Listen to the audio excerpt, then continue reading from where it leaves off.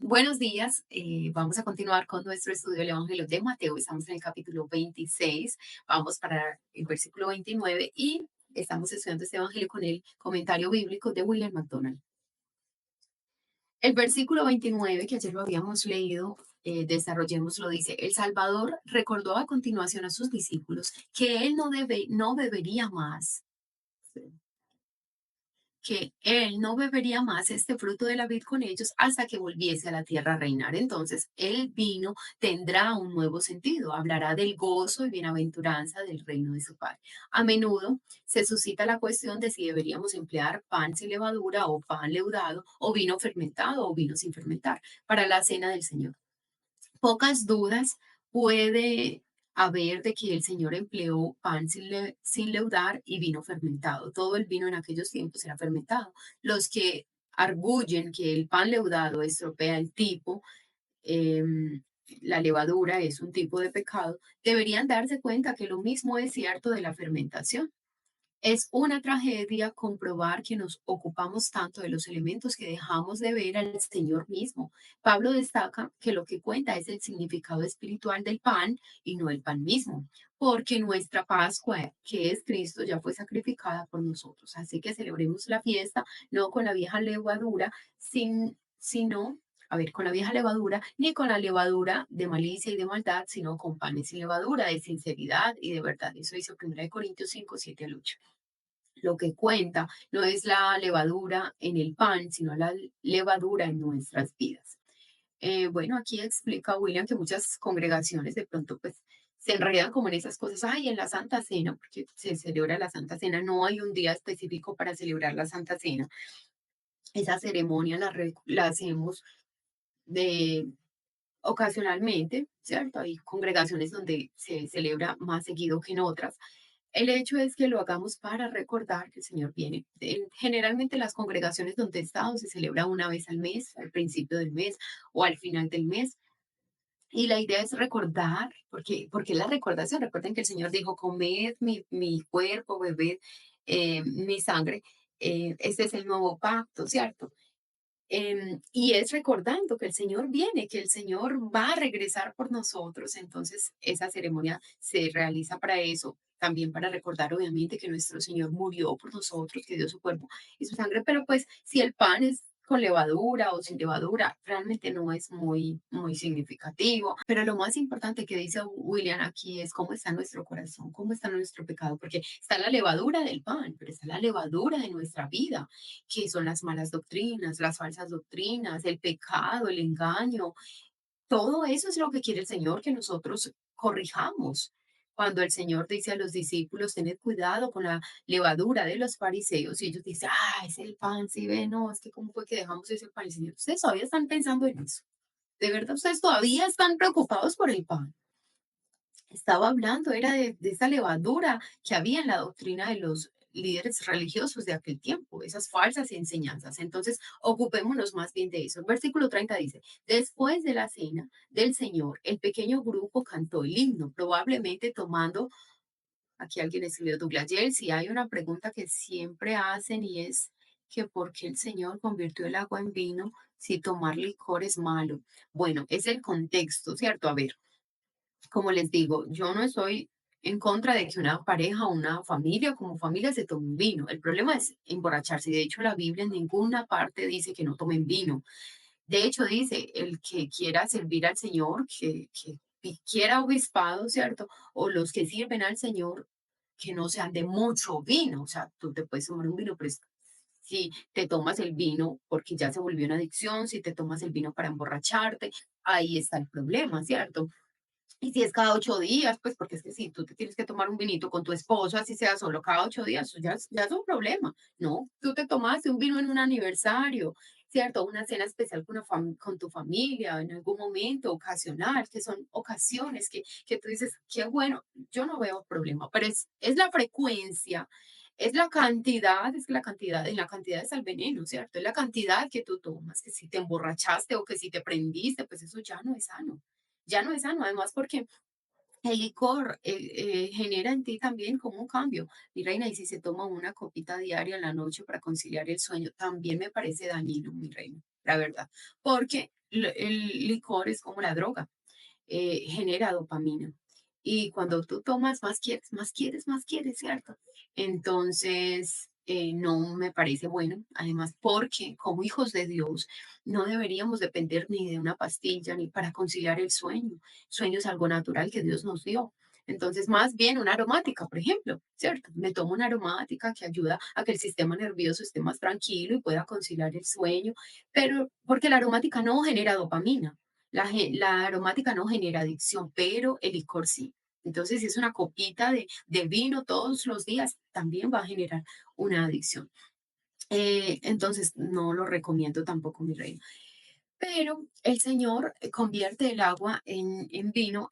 Las fiestas en ese tiempo era algo muy natural. El vino era algo muy natural, ¿cierto? Que se daban las fiestas y dice la Biblia que el vino alegra el corazón del hombre.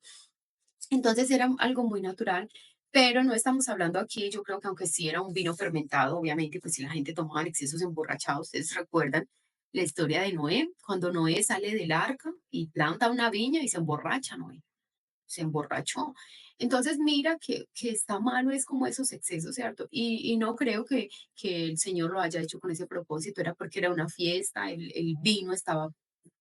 Mira que son esos excesos, como la comida es llegar a la gula, es comer cosas que dañan tu cuerpo, es eso, ahí está el problema, no en comerme, como yo le decía a mi esposo, porque le encontraron varios exámenes médicos alterados, porque yo como saludable, pero él no, entonces le encontraron varios resultados alterados, yo le decía, es aprender a comer, es que te puedes listo, que te gusta mucho el buñuelo, cómete uno mediano, uno pequeño, pero es que si me como 4 o 5 buñuelos o comer arroz, cómete una porción pequeñita, si tú sientes que no eres capaz de dejar el arroz, pero pues no te comas media libra de arroz en una sentada, ¿cierto? Entonces es eso. Entonces, realmente, y bueno, para Douglas, tú siempre vas a encontrar amigos, gente que, ay, critica al Señor por todo. Miren, dice la Biblia que veían a Juan que no comía cosas en exceso, comía langostas con miel y, y no tomaba vino. Y lo criticaban. Ay, pero este que fue, no, pues se cree mejor que nosotros porque no toma vino ni come nada más. Llegó el Señor que tomaba vino, comía con la gente. Este es un comilón, este es un bebedor. Entonces, por todo van a criticar, ¿cierto? La palabra. Para la gente todo es un motivo para criticar al Señor, su palabra y para criticarnos a nosotros. Tú y yo conducirnos con mucha sabiduría, con mucha prudencia. Por eso yo no les recomiendo, si es fuera, si es en un lugar público, no recomiendo que nos pongamos a tomar ni un vino, ni pues de pronto en unos 15 no, y eso que yo no sé, o sea, de verdad yo trato mucho que el Señor nos ayude porque es que se presta para eso, que la gente nos critique, vea, este no es evangélico, y véalo ahí tomándose ese vino. Entonces, que el Señor nos ayude más por el corazón del otro, ¿cierto? Que por nosotros. Gran Ayel, el gran Ayel, ¿qué significará Ayel? Vamos a buscar qué es gran Ayel. ¿Cómo es? Copio aquí. Gran Ayel, ¿qué significará eso? Yo nunca había escuchado eso. Significará gran Ayel. Dice aquí. El Gran Ayel es una oración judía que se recita en las sinagogas en ocasiones festivas. Ah, ya. Se basa en los salmos bíblicos 113 al 118, conocidos como Ayel egipcio. Se recita como una unidad, se utiliza para expresar alabanza y agradecimiento. Ah, bueno, entonces el Gran Ayel es una oración judía y miren lo que dice, Ayel egipcio, ¿cierto? Yo creo que es haciendo también memoria a esa salida de Egipto, de esa esclavitud de Egipto. Entonces ya sabemos, ay, ahí aprendimos algo nuevo. El gran Ayel, nadie te va a corchar de ahora en nadie. ¿Qué era el gran Ayel? Era un himno judío que cantaban los judíos en la Pascua, ¿cierto? Y era ese Ayel judío. Después salieron de Jerusalén, cruzaron el torrente de Cedrón y ascendieron por la ladera occidental del Monte de los Olivos hacia el huerto de Getsemaní. Ay, Dios mío, esa ida al Getsemaní, eso sí es triste. Versículo 31. Ah, eso no lo hemos leído, entonces vamos a leerlo en nuestras Biblias.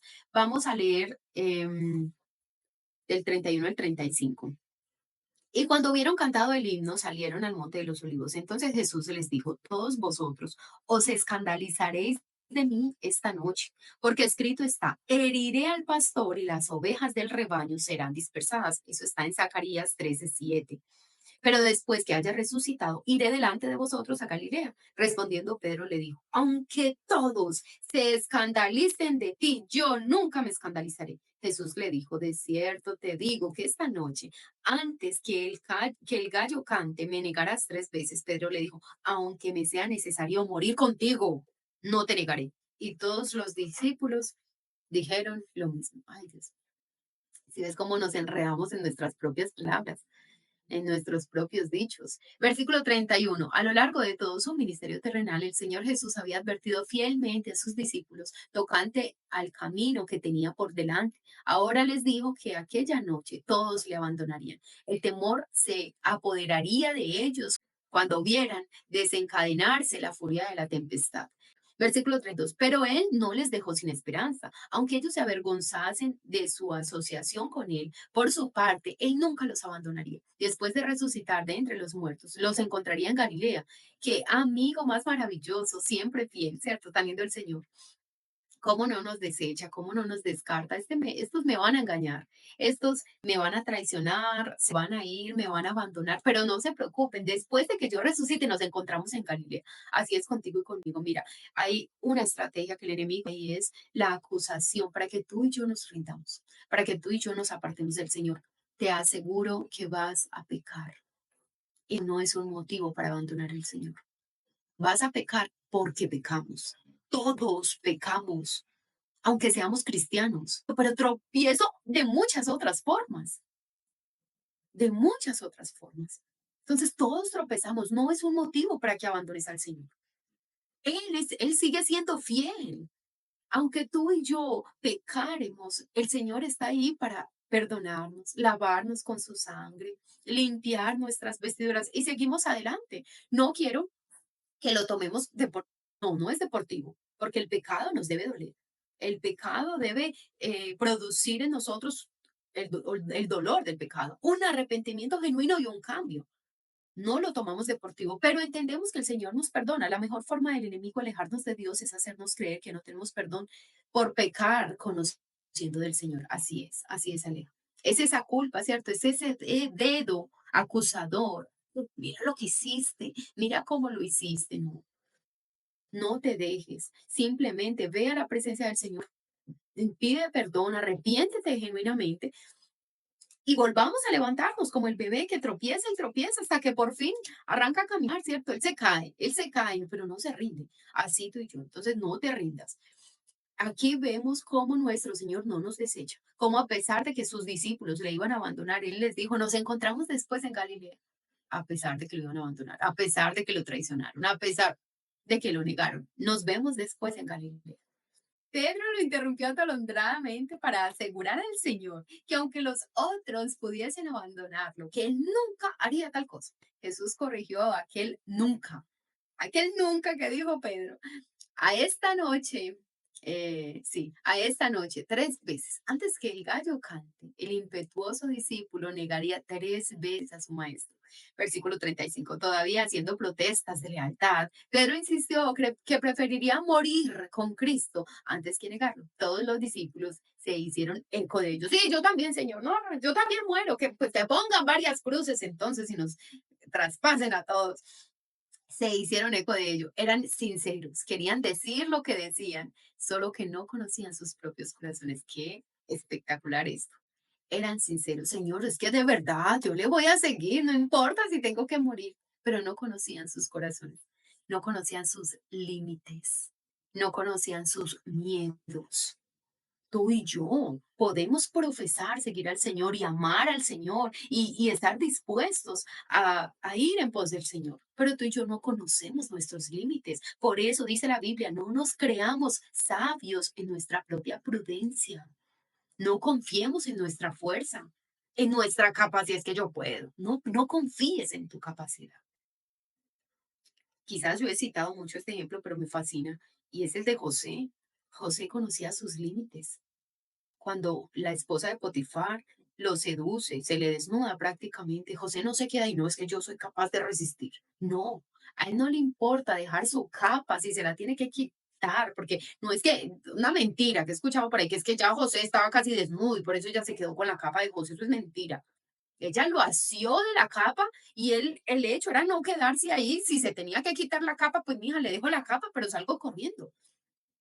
Pero miren lo que hizo, él conocía sus límites.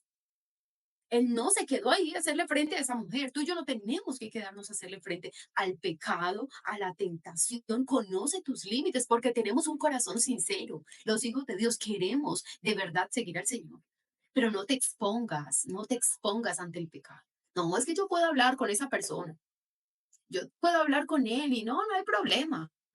No te expongas. Yo puedo hablar con ella. Nos podemos ver, podemos estar a solas. No te expongas. No te expongas. Yo puedo ir a ese lugar, es que no hay problema. Para mí eso ya no es una tentación. No te expongas. Recuerden que Pablo decía, lo que no quiero hacer, eso hago. Y lo que quiero hacer, que es la voluntad del Señor, no lo hago, porque todavía está este cuerpo. Entonces, más bien no me expongo. Más bien no me expongo a eso. Nadie puede aproximarse a este relato de lo sucedido en el huerto de Getsemaní sin darse cuenta de que está pisando tierra santa. Todo aquel que intenta comentarlo siente un profundo sentimiento de maravilla y reticencia. Como escribió King, el carácter sobrenatural de este acontecimiento causa temor de que uno puede de alguna manera dañarlo al tocarlo. Mira, con esta oración el Señor, como dice William, no estaba vacilando. Ay, se está entrecortando. Internet. Ahí ya de pronto mejoró. Me confirma. Ay, no, de Santa Cruz. Listo. Bueno, entonces el Señor aquí, cuando dice, Padre, si es posible, pasa de mí esta copa, no está vacilando. ¿Y será que sí puedo? ¿Será que no puedo? No, pues yo estoy ya como que me estoy arrepintiendo, no en ningún momento. Aquí no hay vacilación de parte de Jesús para ir a la cruz. Lo que está mostrando el Señor Jesús es una lección, o lo que está diciendo el Señor Jesús es una lección para ti, para mí. Él está diciendo, si hay otra forma, demostrándonos que no hay otra forma. Mira, si hubiese habido otra forma de que la humanidad pudiera ser perdonada por sus pecados o obtener la salvación de alguna otra forma, el Padre lo hubiera hecho. Ese era el momento. Su hijo estaba en pleno sufrimiento, en angustia extrema, abatido. Si hay alguna forma, sí, sí, sí, ya, sí, sí la hay. Nos demostró que no había. Y por eso le dice, si hay otra forma, para que esta gente se dé cuenta, cuando lea estas palabras, no había otra forma, pero no se haga mi voluntad.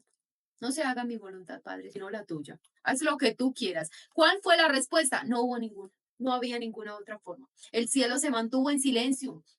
Por medio de este elocuente silencio, sabemos que no había otra forma en la que Dios pudiese justificar a los culpables pecadores. No había otra opción.